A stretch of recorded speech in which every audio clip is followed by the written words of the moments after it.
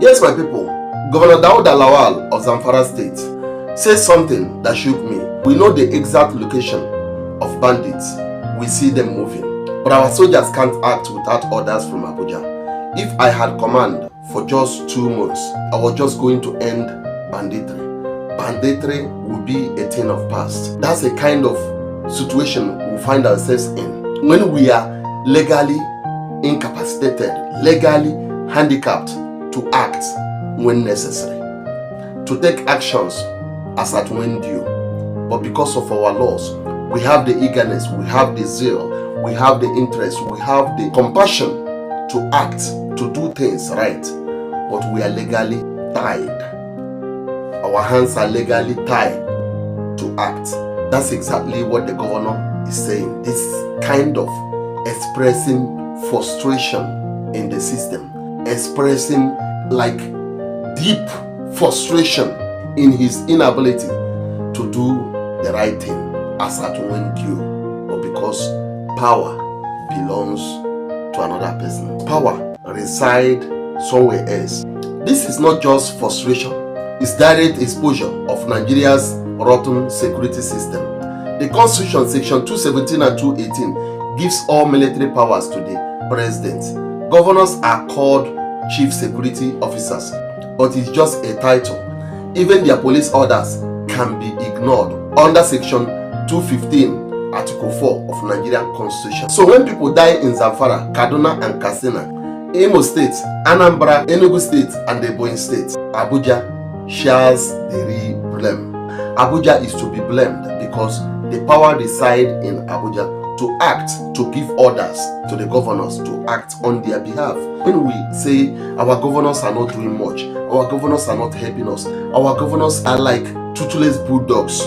You know, remember when Governor Autumn of Benue State was crying, beckoning upon the federal government to come to their aid to rescue them from Fulani terrorist organizations. But all the cry, all the plea from Governor Autumn received deaf attention from the government at the top. So that's exactly what the system is like. Abuja shares greater blame from all the insecurities, from all the banditry, terrorism, everything that is happening in Nigeria. Abuja shares the larger portion of blame, you know, as regard to negligence. I must tell you, this is not the first cry. Erufai once said, security agencies knows the bandit camps but refuse to finish them. Senator Shehu Sani confirmed intelligence is there, but action is missing. That's total complicity. Why is action missing?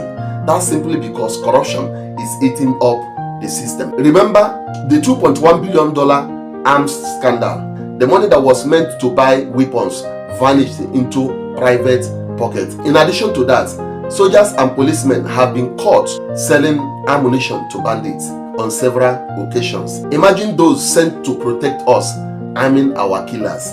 How best can you explain that the people that are in position to protect you are the ones arming your killers? They are the ones arming those that are terrorizing us. Then tell me, how are we going to be able to eradicate criminality? How possible is it that terrorism can be eradicated in such a system? That's why I say it often and often, and I have said it repeatedly. Nigerian government, the security agencies, they knows exactly what is happening. They knows what is happening in Nigeria. They are responsible for the insecurities that is going on in Nigeria today. I'm not missing words. They knows exactly what is going on. To tell you how rotten the system has gotten, in Zamfara State, illegal gold mining is another blood pipeline. Bandits, stars, miners smuggle gold and use the money to buy more weapons. Government bans prove Abuja knows the links, but enforcement is weak. The law is clear. Section 14, Article 2B says the security and welfare of the people shall be the primary purpose of government. If ASROC controls the gun, they should answer for the blood of innocent citizens, innocent Nigerians that is flowing on our streets daily because they have refused to act. What is the way out? Decentralized response.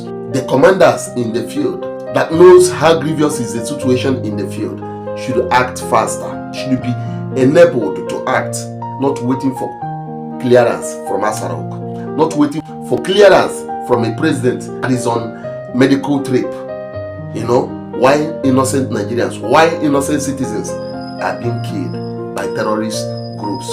Enforcement of accountability. Any insider, either policeman or army, that is caught on the spot of selling weapons to the bandits, to the terrorist organization, if confirmed, should be court-martialed. There should not be room for waiting. There should not be any dialogue allowing them to repent. Where? How are they going to repent when they are the ones supplying ammunition to the terrorist groups? So court-martialing them is very necessary. It's the only way forward to deter others from engaging in such kind of illegal activities. No more selective enforcement. Let us stop playing politics with security. Security is not politics, it is survival. The constitution gave government its first duty to protect lives. If Abuja holds the chain of command, then Abuja must stop the killings. No excuse, no delay. Enough is enough.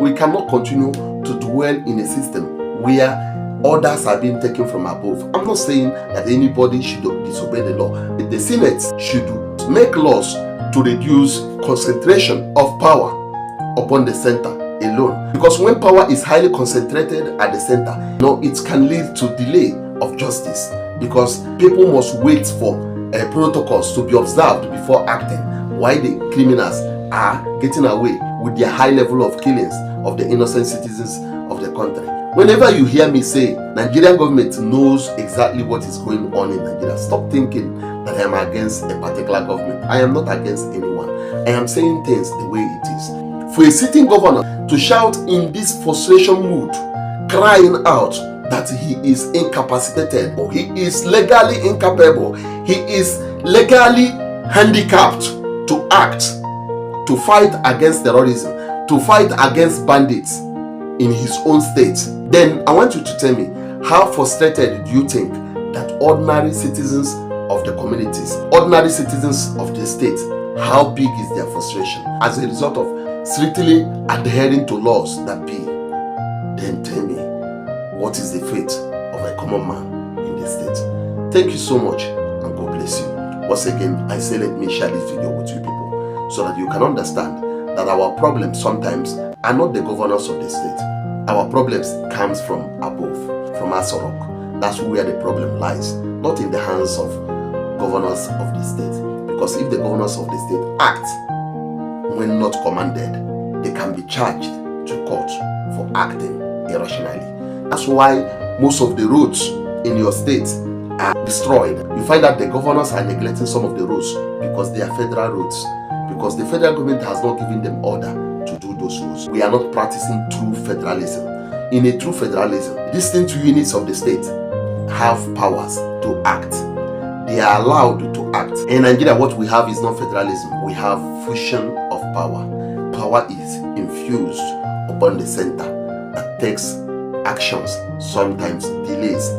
And delays defeats equity. God bless you. If it is your first time coming across my videos, I plead with you to follow my page and subscribe. Please share the video, comment on it, like it, so that it can be recommended for others to watch it.